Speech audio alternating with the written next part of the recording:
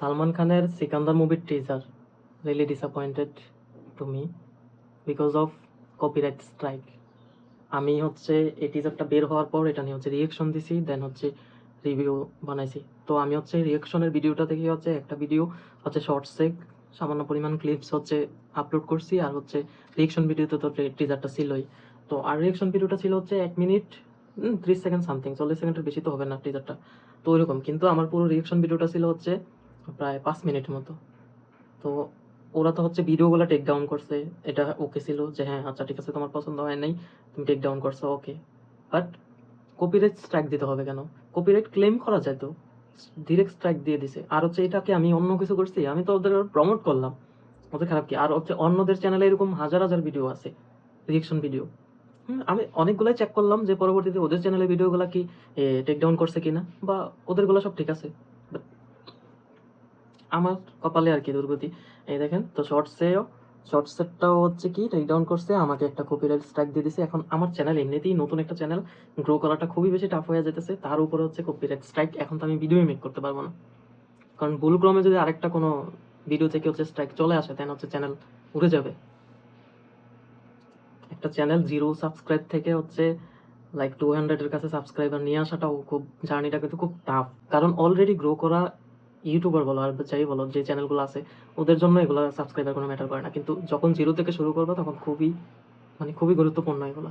চ্যানেলটা গ্রো করা শুরু করছে, সিকান্দার মুভি আমাদের ডিসঅ্যাপয়েন্টেড করে দিছে। আমি আসলে কি করবো বুঝতেছি না।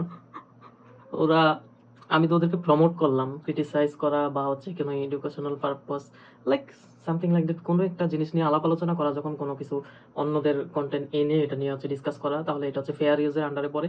আমি কিন্তু ডিসক্রিপশন বক্সে সব কিছু দিয়ে রাখছি, ফেয়ার ইউজের আন্ডারে যা যা আছে কন্ডিশনগুলো এগুলো দিয়ে রাখছি। তারপরেও কেন? আমার কথা হচ্ছে তোমার ভালো লাগে নাই, তাহলে হচ্ছে তুমি এই কন্টেন্টের অধিকারী, তুমি কি করো?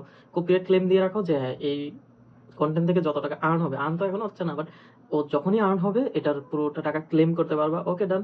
বা কন্টেন্টটা তোমার, এটা ক্লেম করে রাখো। বা মনে হলো যে কন্টেন্ট রাখবা না, তাহলে হচ্ছে টেক ডাউন করে দাও। কিন্তু হচ্ছে কপিরাইট স্ট্রাইক দেওয়ার কি প্রয়োজন ছিল? তো ইমেলে যদি এখন কন্ট্যাক্টও করি, ওই স্ট্রাইক নেয় না, ওদের দামাক বেশি। আর অলরেডি বড় বড় ইউটিউবার চ্যানেলগুলো, ইউটিউবার বা এরকম যারা হচ্ছে ফিল্মের রিয়েকশন টিকশন দেয়, তাদের চ্যানেলের ভিডিওগুলো কিন্তু টেক ডাউন করে নাই।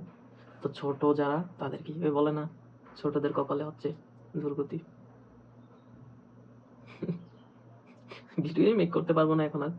গাইস, সাপোর্ট করো, সাবস্ক্রাইব করে দাও চ্যানেলটাকে।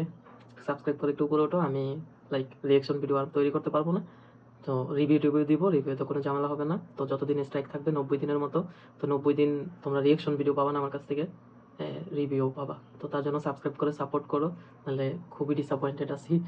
মানে একটা মুভি 3 ঘন্টা সময় নিয়ে দেখে তারপর এটাকে রিভিউ করা বা কোনো রিয়েকশন ভিডিও মেক করা, যখন তখন অন্য কাজ সেরে মানে ওইগুলা ছাড় দিয়ে আইসা ভিডিও মেক করা খুবই টাফ।